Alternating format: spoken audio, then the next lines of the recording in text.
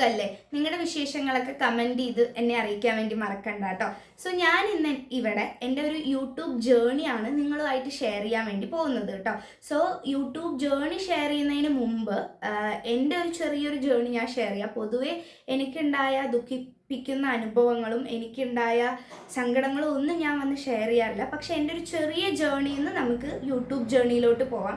കുറേ പേര് ഞാൻ എന്തിനാ യൂട്യൂബ് തുടങ്ങിയേ, അതുപോലെ യൂട്യൂബ് ഏത് ആപ്പിലാണ് എഡിറ്റ് ചെയ്യുന്നത്, അപ്പം അതൊക്കെ കൂടി ഒരു വീഡിയോ പോലെ ഞാൻ ചെയ്യാമെന്ന് വിചാരിച്ചതാട്ടോ. അപ്പം എൻ്റെ ജേണി പറയുകയാണെങ്കിൽ എനിക്ക് ചെറുപ്പം മുതൽ ഓപ്പർച്യൂണിറ്റീസ് വളരെ കമ്മിയായിരുന്നു. വളരെ കമ്മി എന്ന് പറഞ്ഞാൽ വളരെ കമ്മിയായിരുന്നു. എനിക്ക് ഒരു സാധനം അറിയാം, പക്ഷെ ഞാനത് മറ്റുള്ളവരോട് പറയുമ്പോൾ അവരാരും വിശ്വസിക്കില്ല. നിനക്കോ, അയ്യേ സോറി കേട്ടോ ഈ കുട്ടിയെ സെലക്ട് ചെയ്തു, അങ്ങനെയാണ് പറയാറ്. ചെറുപ്പം മുതൽ തന്നെ എനിക്ക് വളരെയധികം ഓപ്പർച്യൂണിറ്റീസ് കമ്മിയായിരുന്നു. പക്ഷെ കിട്ടിയ ഓപ്പർച്യൂണിറ്റീസ് ഒന്നും തന്നെ ഞാൻ മിസ്സാക്കാറുമില്ല. മാക്സിമം അതിൽ പോയി ഞാൻ പാർട്ടിസിപ്പേറ്റ് ചെയ്യും. അപ്പോൾ അവരെന്നോട് ചോദിക്കും, അയ്യോ ഇത്രയൊക്കെ കഴിവുണ്ടായിരുന്നോ? അതായത് മേ ബി എല്ലാവരും എന്താ പറയുക, ഒരു നമ്മളെന്തോ പറയില്ലേ, don't judge book by a cover എന്ന് പറയും. പക്ഷെ എല്ലാവരും എന്നെ അങ്ങനെ ജഡ്ജ് ചെയ്തത് കൊണ്ടാണോ എന്ന് എനിക്കറിയില്ല. ഇപ്പോഴും റീസെൻ്റ്ലി ഓൾസോ ഞാൻ യൂട്യൂബ് ചാനൽ തുടങ്ങിയ ശേഷം എനിക്കൊരു കുട്ടി കമൻറ്റ് ചെയ്തിരുന്നു, അയ്യോ താൻ മോയിൻസിൽ പഠിച്ചിരുന്നോ? അതായത് നമ്മൾ ഒരേ ക്ലാസ്സിലല്ലായിരുന്നു.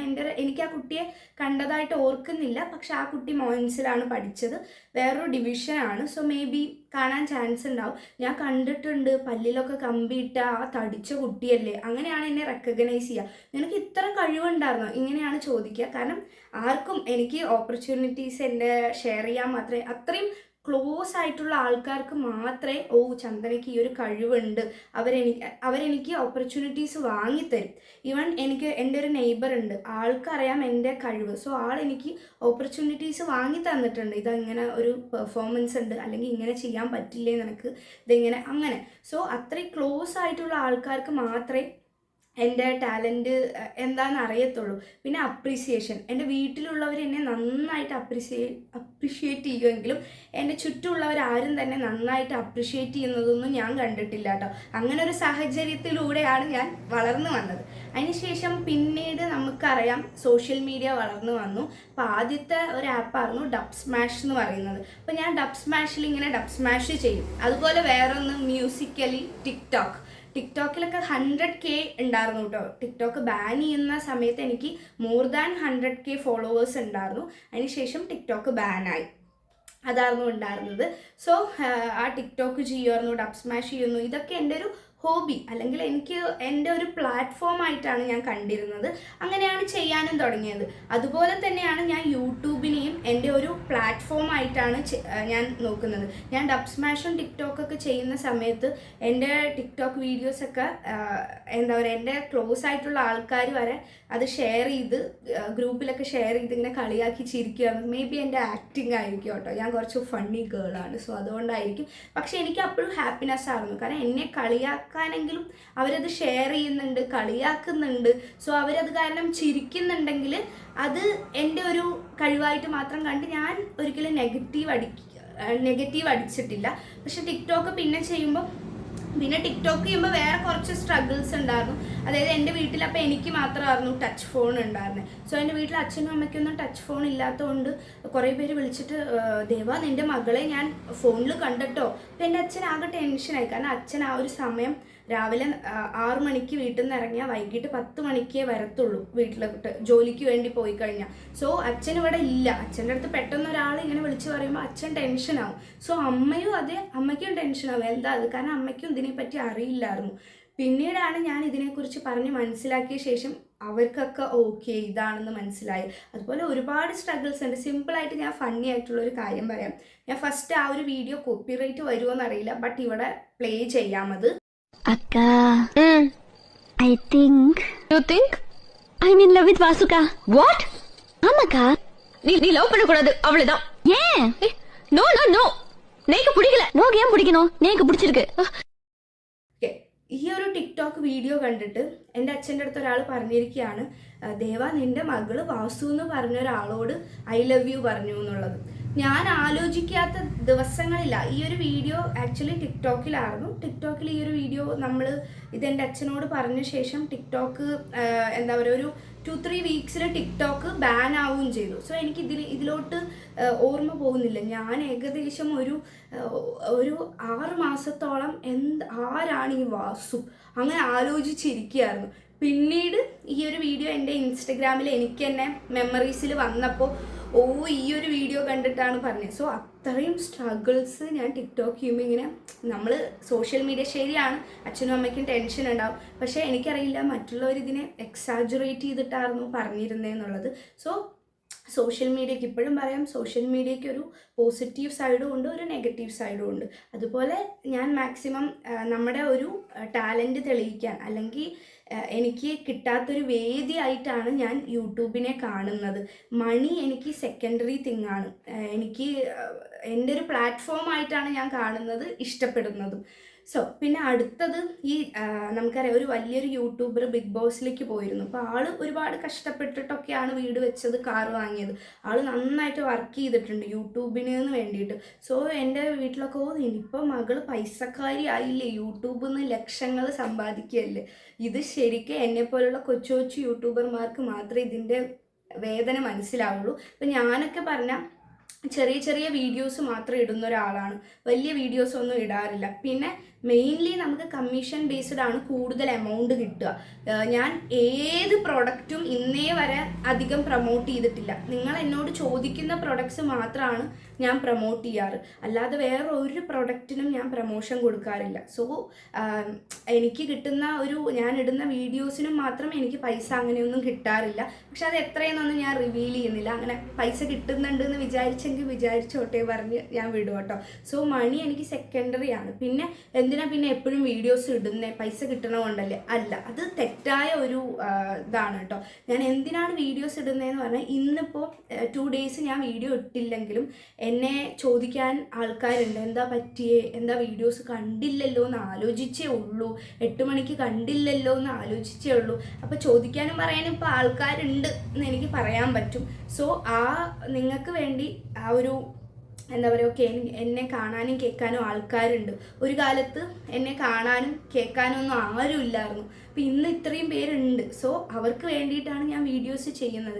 നിങ്ങൾക്ക് വിഷ്വൽ ട്രീറ്റ് ഒരുക്കുക, അല്ലെങ്കിൽ സംതിങ് എനിക്ക് അറിയാവുന്ന കാര്യം പറഞ്ഞു തരിക, അതിനൊക്കെ വേണ്ടിയിട്ടാണ് ഞാൻ എടുക്കുന്നത്. യൂട്യൂബ് ഒരിക്കലും എൻ്റെ പ്രൊഫഷൻ അല്ല, എൻ്റെ പാഷൻ മാത്രമാണ്. ഞാൻ പറഞ്ഞില്ലേ, എൻ്റെ ഒരു പ്ലാറ്റ്ഫോമാണ് യൂട്യൂബ്.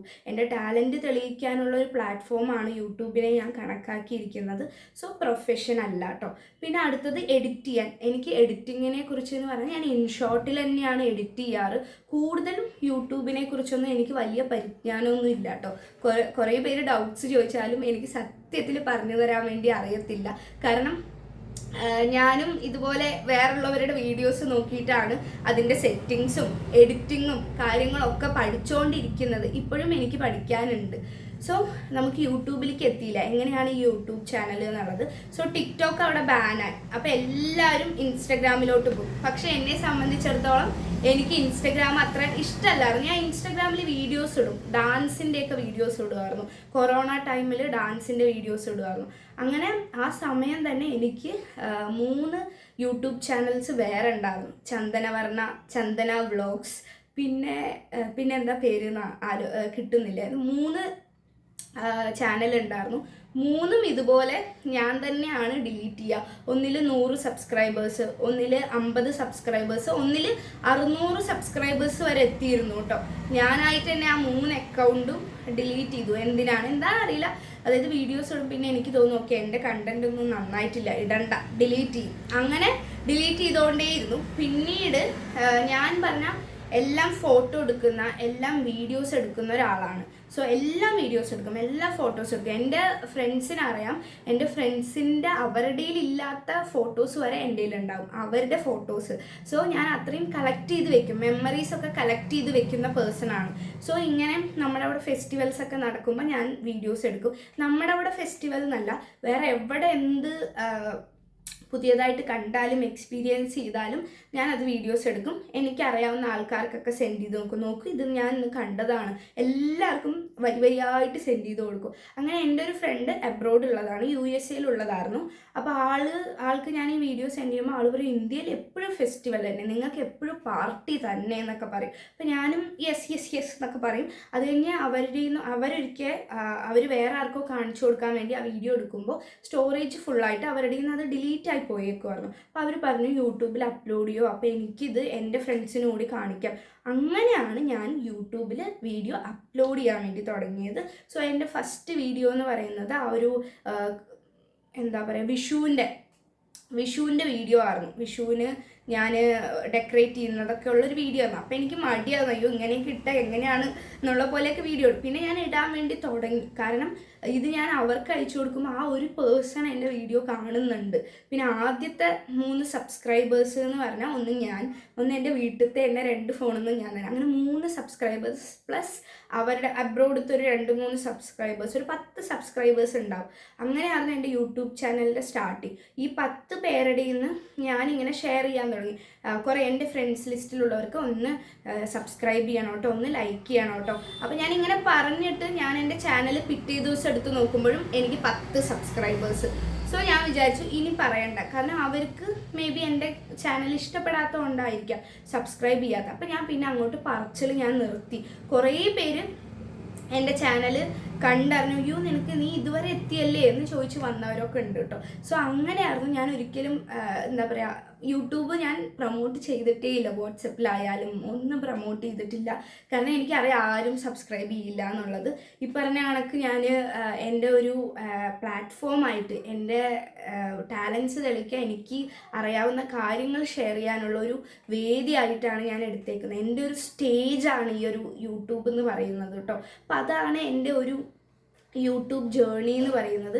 എല്ലാവർക്കും യൂട്യൂബ് ചാനൽ തുടങ്ങാം. ഇപ്പോൾ യൂട്യൂബ് ചാനൽ ഇല്ലാത്ത ആരുമില്ല, എല്ലാവർക്കും ഉണ്ട്. സോ നിങ്ങൾക്കും തുടങ്ങാൻ ആഗ്രഹം ഉണ്ടെങ്കിൽ അങ്ങോട്ട് തുടങ്ങാൻ. അതിൽ നമ്മുടെ ഒരു ലക്ക് ലോട്ടറി അടിക്കുന്ന പോലെ തന്നെയാണ്. അതായത് റീച്ച് ആവാതിരിക്കും. പക്ഷെ നമ്മൾ മാക്സിമം നല്ല രീതിയിൽ കൊണ്ടുപോവുകയാണെങ്കിൽ നല്ല റീച്ചിൽ തന്നെ എത്തും. പിന്നെ ഇതിൻ്റെ മോണിറ്റൈസേഷൻ കാര്യങ്ങൾ എന്നൊക്കെ പറയുന്നത് കൂടുതലും കമ്മീഷൻ ബേസ്ഡ് ആണ്.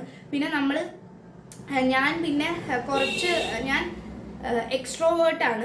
അതായത് ഞാൻ എൻ്റെ റൂമിൽ ഈ 4 ചുമരിൻ്റെ ഉള്ളിൽ ഞാൻ ഭയങ്കര എക്സ്ട്രോവേർട്ടാണ്. പക്ഷെ പുറത്തോട്ട് ഇറങ്ങിയാൽ ഞാൻ ഭയങ്കര ഇൻട്രോവേർട്ടാണ്. എനിക്ക് വീഡിയോ ഇങ്ങനെ എടുക്കാനൊക്കെ ഇങ്ങനെ എക്സ്പ്ലെയിൻ ചെയ്തൊക്കെ എടുക്കാൻ വേണ്ടി ഭയങ്കര മടിയാണ്. ഈവൻ നമ്മുടെ ഫാമിലി മെമ്പർ, നമ്മുടെ സബ്സ്ക്രൈബേഴ്സിനെ ഇടയ്ക്ക് എന്നെ റെക്കഗ്നൈസ് ചെയ്തു എന്ന് പറഞ്ഞാൽ എനിക്ക് അവരോട് എന്താ ചോദിക്കേണ്ടത്, എനിക്ക് അവരെ പേടിയായിട്ടാട്ടോ. സത്യത്തിൽ ചിലവരൊക്കെ എനിക്ക് ജാടയാണെന്ന് വിചാരിച്ചോന്ന് എനിക്കറിയില്ല. ഞാനിപ്പോൾ എന്താ ചോദിക്കുക, ഞാനൊരു സംസാരിച്ച് സെറ്റായാൽ ഞാൻ ഭയങ്കരമായിട്ട് സംസാരിക്കും. അല്ലാന്ന് പറഞ്ഞാൽ പെട്ടെന്ന് ഞാൻ ആരുടെ മുഖത്ത് ഞാൻ നോക്കില്ല. ഞാനിങ്ങനെ അതെന്ന് പറഞ്ഞാൽ ഞാൻ പറഞ്ഞില്ല, ഞാനൊരു എക്സ്ട്രോവേർട്ടാണ്, സംസാരിക്കും. പക്ഷെ പെട്ടെന്ന് ഒരാളുടെ അടുത്തൊന്നും ഞാൻ അങ്ങനെ കമ്പനി ആവാത്തൊരു പേഴ്സണാണ്. സോ ആരെങ്കിലും പെട്ടെന്ന് കണ്ടിട്ട് എന്നോട് ചോദിക്കും, വർണ്ണയല്ലേ ചോദിക്കുമ്പോൾ അതേന്ന് പറയും. പക്ഷെ എനിക്ക് നെക്സ്റ്റ് അവരോട് എന്താ സംസാരിക്കുക എന്ന് എനിക്ക് അറിയില്ല. അതാണ് മെയിൻ പ്രശ്നം വരിക കേട്ടോ. സോ നമുക്ക് എല്ലാവർക്കും യൂട്യൂബ് ചാനൽ തുടങ്ങാം. നമുക്കതിൽ സ്ട്രഗിൾസ് ഉണ്ടാവും.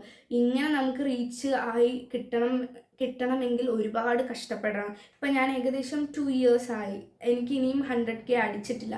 പിന്നെ ഞാൻ കണ്ടൻറ്റ് ചെയ്യുന്നതും വളരെ കമ്മിയായിട്ടാണ്. ഞാൻ എല്ലാം ഒന്നും അങ്ങനെ ക്യാപ്ചറൊന്നും ചെയ്യാത്ത ഒരാളാണ്. ഇപ്പോൾ ഫാമിലി കണ്ടൻറ്റ് അങ്ങനത്തെ ഒന്നും കണ്ടൻറ്റ്സ് ഞാൻ ചെയ്യാറില്ല. എൻ്റെ ഒരു കണ്ടൻറ്റ് ടൈപ്പേ ഡിഫറെൻ്റ് ആണ്. അതൊക്കെ കൊണ്ടാണ്. പിന്നെ എല്ലാവർക്കും ചെയ്യാം. നിങ്ങൾക്ക് ഇഷ്ടമാണെങ്കിൽ നിങ്ങൾ അങ്ങോട്ട് ഇറങ്ങി തിരിക്കുക, ചാനലിൽ കയറുക, ചെയ്യുക. അതന്നെ. കാരണം ഇതിനെ നമ്മൾ ഒരിക്കലും പൈസ ഉണ്ടാക്കാൻ വേണ്ടിയിട്ട് യൂട്യൂബിനെ കാണാതെ നമ്മുടെ പ്ലാറ്റ്ഫോമായിട്ട് കാണുക, നമ്മുടെ ഒരു വേദിയായിട്ട് കണ്ടിട്ട് നമ്മൾ എടുക്കുകയാണെങ്കിൽ ഉറപ്പായിട്ട് നമ്മൾ കുറേ കഷ്ടപ്പെട്ടാൽ അതിനൊരു എന്താ പറയുക ഫലം കിട്ടും നമുക്ക്. ഓക്കെ. അപ്പോൾ എന്നെ സംബന്ധിച്ചിടത്തോളം എനിക്ക് ചെറുപ്പത്തിൽ ഓപ്പർച്യൂണിറ്റീസ് ഇല്ല. ഒരുപാട് കളിയാക്കലുകൾ നേരിട്ട ഒരാളാണ്. അതിൻ്റെയൊക്കെ കഥകൾ ഞാൻ ഇവിടെ വന്നിരുന്ന് ഓരോന്ന് പറഞ്ഞാൽ ഫുൾ എനിക്ക് കുറേ പേരെ പറയേണ്ടി വരും. സോ അതുകൊണ്ടാണ് പറയാത്തത്. സോ അങ്ങനെയുള്ള ആൾക്ക് കിട്ടിയ ഒരു എന്താ പറയുക എൻ്റെ ഒരു അസറ്റായിട്ടാണ് ഞാൻ യൂട്യൂബിനെ കാണുന്നത് കേട്ടോ. പിന്നെ ഈ യെസ് അതെ യൂട്യൂബിനെ കാണുന്നത്. സോ അത്രയൊക്കെ ഉള്ളൂ. ഇത്ര ചെറിയൊരു ജേണിയാണ്. ഇനി കൂടുതൽ ഞാൻ പറഞ്ഞില്ല, പ്രൊഫഷനായിട്ട് എടുത്തിട്ടില്ല, എൻ്റെ ഒരു പാഷനായിട്ടാണ് എടുക്കുന്നത്.